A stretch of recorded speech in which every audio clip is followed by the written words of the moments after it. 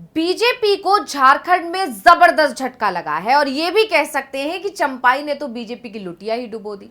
BJP Champai Soren को अपने पाले में लेकर आई थी ये सोचकर कि झारखंड की सत्ता पर काबिज हो जाएगी, आदिवासी जो नाराज हैं उससे वो खुश हो जाएंगे, क्योंकि लोकसभा चुनाव में जो नतीजे आए थे उसमें बीजेपी आरक्षित सीटें जो होती हैं आदिवासी की, वो पांचों की पांचों सीटें हार गई थी। और इससे बीजेपी ये समझ गई थी कि आदिवासी बहुत ज्यादा नाराज हैं और उनको साधने का एक जो जरिया बीजेपी को नजर आया वो थे चंपाई सोरेन। इसीलिए जैसे ही बीजेपी को भनक पड़ी कि चंपाई सोरेन हेमंत सोरेन से नाराज हो रहे हैं, उन्होंने चंपाई सोरेन पर डोरे डालना शुरू कर दिया और चंपाई सोरेन सुहाने सपने लिए बीजेपी की तरफ चल पड़े। उन्हें लगा कि वो आएंगे और जीत दिलाएंगे तो उन्हें बीजेपी सीएम बना सकती है, और हो भी सकता है कि पर्दे के पीछे बीजेपी ने इस तरह की लालच उन्हें दे भी दिए हों। लेकिन जब चंपाई सोरेन बीजेपी की तरफ जाने के लिए निकले तो वो अकेले पड़ गए। यहां पहले कहा जा रहा था कि चंपाई के साथ अच्छे खासे समर्थकों की भीड़ है,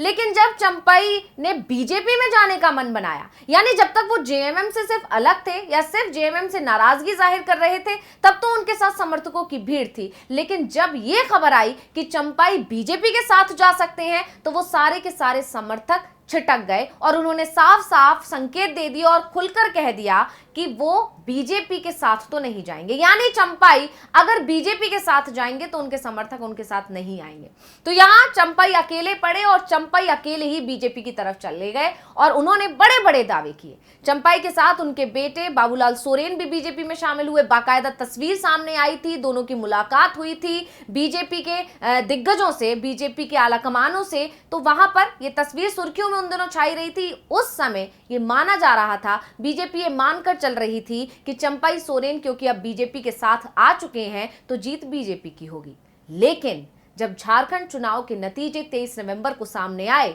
तो पूरी कहानी ही पलटी हुई थी। चंपाई का जादू नहीं चला, और चंपाई का जादू सिर्फ चला ही नहीं बल्कि कोल्हान टाइगर जिन्हें कहा जाता है, चंपाई सोरेन को कोल्हान टाइगर माना जाता था, वो सिर्फ अपनी सीट बचा पाए, बेटे की सीट तक नहीं बचा पाए। यानी यहां पर बीजेपी की स्थिति इस बार पुराने के कंपैरिजन में देखा जाए या पुराने के मुकाबले में कहा जाए तो और ज्यादा खराब रही, जबकि 14 सीट्स कोल्हान रीजन में आती हैं और 14 में से पिछली बार के चुनावों में बीजेपी कम से कम 5 सीटें तो बचा ले गई थी, लेकिन इस बार वो सीटें भी बीजेपी के हाथ से निकलती हुई दिखाई दे रही हैं। यानी जेएमएम से छोड़कर चंपाई का बीजेपी में आना बीजेपी को और ज्यादा नुकसान पहुंचा गया। यानी बीजेपी के खिलाफ पहले ही लहर थी, ये बात लोकसभा चुनावों में देखी जा चुकी थी। आदिवासी समुदाय नाराज था, दूसरे समुदाय भी बीजेपी से नाराज थे, ओबीसी दलित सभी नाराज थे, और दलित आदिवासी ओबीसी इन सभी का अच्छा खासा दबदबा है और सबसे ज्यादा आदिवासियों का दबदबा है। लगभग 26% वहां पर आबादी है, इसीलिए यह कहा जाता है कि आदिवासियों का राज्य है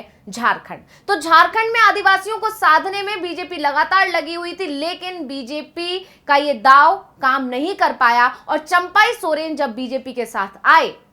तो बीजेपी को बहुत ज्यादा नुकसान हुआ। जबकि चंपाई ने इमोशनल कार्ड खेलने की कोशिश की थी। चंपाई ने कहा था कि हेमंत सोरेन ने उनका अपमान किया है, उन्हें सम्मान नहीं मिला जेएमएम में, जबकि सच्चाई इसके उलट थी। जेएमएम ने उन्हें पूरा सम्मान दिया। इस तरह से जनता के बीच ये बात कल्पना सोरेन ने भी पहुंचाई, हेमंत सोरेन ने भी पहुंचाई, और जनता ने भी ये सब देखा कि जब हेमंत सोरेन जेल जा रहे थे तो उन्होंने किसी और को कुर्सी देने के बजाय चंपाई सोरेन को दी थी। वो चाहते तो ये कुर्सी अपने परिवार के किसी सदस्य को दे सकते थे, लेकिन उन्होंने ऐसा नहीं किया और उन्होंने कुर्सी सौंपी चंपाई सोरेन को। शिबू सोरेन के कहने पर हेमंत सोरेन ने यह फैसला लिया था, और इसके बाद जब हेमंत सोरेन जेल से वापस आए और उन्होंने एक बार फिर विधायकों के कहने पर सीएम की कुर्सी संभालने का मन बनाया, तो फिर वहां पर हेमंत सोरेन के कुर्सी संभालने के बाद चंपाई सोरेन नाराज हो गए, क्योंकि ये विधायक जानते थे कि जेएमएम को अगर जीत मिल सकती है तो सिर्फ और सिर्फ हेमंत सोरेन के चेहरे पर मिल सकती है। और इसीलिए विधायकों का मानना था, विधायकों की ये मांग थी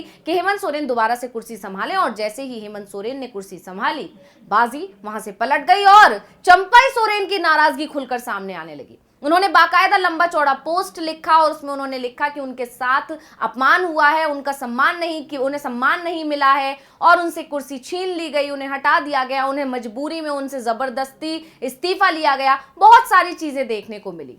और जनता को इमोशनल किया चंपाई सोरेन ने, लेकिन ना तो उनका इमोशनल कार्ड चला और ना ही बीजेपी का ये दाव चल पाया और नतीजा बीजेपी सरायकेला सीट तो बचा ले गए चंपाई, लेकिन उसके अलावा जिस वजह से जिस कोल्हान रीजन को जीतने के लिए बीजेपी चंपाई को लेकर आई थी, बीजेपी आलाकमान ने चंपाई को बीजेपी में शामिल करने के लिए अपने ही नेताओं को नाराज कर दिया था। वो कोई भी दाव बीजेपी का नहीं चला, उल्टा चंपाई के बीजेपी में शामिल होने की वजह से बीजेपी से आदिवासी समुदाय छिटक गया और इसके अलावा अंदर खाने ये भी खबर आई कि जो नेता चंपाई के बीजेपी में शामिल होने से नाराज हो गए थे, उन नेताओं ने चंपाई को हराने में और बीजेपी की हालत खस्ता करने के लिए जमीन पर उतरकर काम किया। तो ये सारी चीजें एक अकेले चंपाई के आने से बीजेपी को हर तरफ से नुकसान झेलना पड़ा और वो नतीजों में भी दिखाई दिया जब जेएमएम ने बहुमत के आंकड़े के साथ सरकार बना ली और बीजेपी के सारे दाव, चाहे वो घुसपैठिए वाला दाव हो, चाहे वो तमाम दूसरे बयान हो, चाहे वो बटेंगे तो कटेंगे हो, चाहे वो कोई भी बयान हो, कोई भी दाव काम नहीं किया और बीजेपी को हार का सामना करना पड़ा। यानी चंपाई सोरेन को बीजेपी में लाना बीजेपी को बहुत ज्यादा भारी पड़ गया। आपको याद होगा चंपाई जब बीजेपी में शामिल होने वाले थे तो उस दौरान बाबूलाल मरांडी, अर्जुन मुंडा सभी ने खुलकर विरोध किया था। कोई भी चंपाई के बीजेपी में शामिल होने से खुश नहीं था और इसकी झलक उन पोस्टर्स में भी नजर आई थी जब बाबूलाल मरांडी ने एक यात्रा के लिए पोस्टर छपवाए थे और उस पर चंपाई का फोटो तक नहीं था, जिसके बाद चंपाई की नाराजगी की खबरें सामने आई और उसके बाद बीजेपी आलाकमान को इस मामले में दखलंदाजी देनी पड़ी और उनके दखल के बाद पोस्टर्स बदले गए और तब उन पोस्टर्स पर चंपाई को जगह मिली। इसी वजह से चंपाई की जो रैलियां थी वो सिर्फ और सिर्फ कोल्हान रीजन में ही रखी गई, उनको कोल्हान रीजन पर ही ध्यान देने के लिए कहा गया, जबकि जो दूसरे नेता थे बीजेपी के उन्होंने साफ साफ मना कर दिया था कि उन्हें चंपाई की रैलियां उनकी सीट पर नहीं चाहिए। तो इस तरह से अंदर खाने बहुत सारी खबरें निकल कर आई और ये साफ हुआ कि बीजेपी के अपने नेता ही चंपाई के बीजेपी में शामिल होने से नाराज हो गए और वो नाराजगी अब नतीजों में खुलकर सामने आई है। तो इस सब के बाद जिस तरह से चंपाई के बीजेपी में शामिल होने के बाद जो ये नतीजे आए हैं, बीजेपी का जो दाव फेल हुआ है, जिस तरह से बीजेपी को चंपाई के आने से कोई फायदा नहीं मिला है, उसके बाद से सियासी गलियारों में तमाम सवाल खड़े हो गए हैं, तमाम सवाल उठ रहे हैं और उन तमाम सवालों में सबसे बड़ा सवाल यह है कि अब चंपाई का क्या होगा, अब चंपाई के राजनीतिक भविष्य का क्या होगा, क्योंकि जिन सपनों के साथ वो बीजेपी में शामिल हुए थे वो अब बीजेपी सम्मान उन्हें नहीं देगी, क्योंकि वो सिर्फ अपनी सीट बचा पाए, अपने बेटे की सीट भी वो जिता नहीं पाए। तो ऐसे में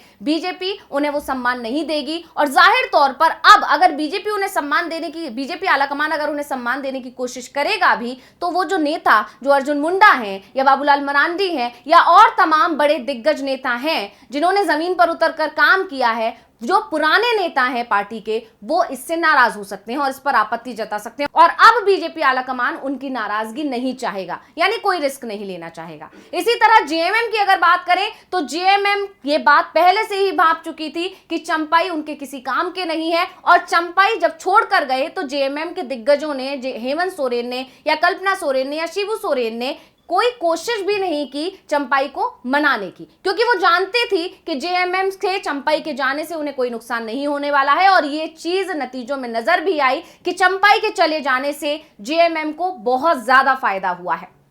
यानी जेएमएम इसके लिए तैयार थी कि चंपाई अगर जाते हैं तो कोई नुकसान नहीं होगा, क्योंकि जैसे ही जेएमएम छोड़ा चंपाई सोरेन ने, हेमंत सोरेन ने अपने कार्यकर्ताओं को काम पर लगा दिया और कोल्हान रीजन में ज्यादा मेहनत करने के आदेश दे दिए और वो जो मेहनत थी वो नतीजों में तब्दील हुई और उसके बाद झारखंड मुक्ति मोर्चा ने झारखंड में सरकार बना ली और इस तरह से ये कहा जा रहा है कि अब चंपाई सोरेन का राजनीतिक भविष्य खतरे में है। बीजेपी उन्हें बहुत ज्यादा सम्मान देगी नहीं, जेएमएम उन्हें वापस लेगी नहीं, क्योंकि जेएमएम के जो नतीजे आए हैं उसने ये बता दिया है कि चंपाई की उन्हें न पहले जरूरत थी और अब तो जरूरत होने का सवाल ही पैदा नहीं होता। हालांकि पूरे चुनाव प्रचार के दौरान ये कोशिश चंपाई ने भी की कि वो खुलकर जेएमएम के विरोध में बहुत ज्यादा नहीं बोले। उन्होंने हेमंत सोरेन पर कोई अटैक नहीं किया, उन्होंने कल्पना सोरेन को लेकर कोई अटैक नहीं किया, ना ही उन्होंने शिबू सोरेन के बारे में कुछ बोला, ना उन्होंने खुलकर वो ज्यादा कुछ बोलते हुए नजर नहीं आए, क्योंकि वो कहीं ना कहीं अंदर खाने वो भी समझ रहे थे कि जो भी अभी तक कोल्हान में उन्हें फायदा मिलता रहा है या जिस तरह से उन्हें कोल्हान टाइगर कहा जाता है, उसकी एक बड़ी वजह जेएमएम में उनका होना था। यानी वो जब तक जेएमएम नेता थे तब तक कोल्हान रीजन की जनता उन्हें प्यार करती थी, उन्हें पसंद करती थी, लेकिन जैसे ही उन्होंने जेएमएम का साथ छोड़कर बीजेपी का हाथ पकड़ा, कोल्हान की जनता ने भी उन्हें दरकिनार कर दिया। तो यहां पर देखा जा सकता है कि चंपई सोरेन की वजह से बीजेपी को झटका लगा है और चंपई सोरेन की वजह से जेएमएम को फायदा हुआ है। तो रिपोर्ट आपको कैसी लगी हमें कमेंट करके अपनी राय जरूर दीजिएगा। इसी के साथ मुझे दीजिए इजाजत। देखते रहिए डीवी लाइव। नमस्कार।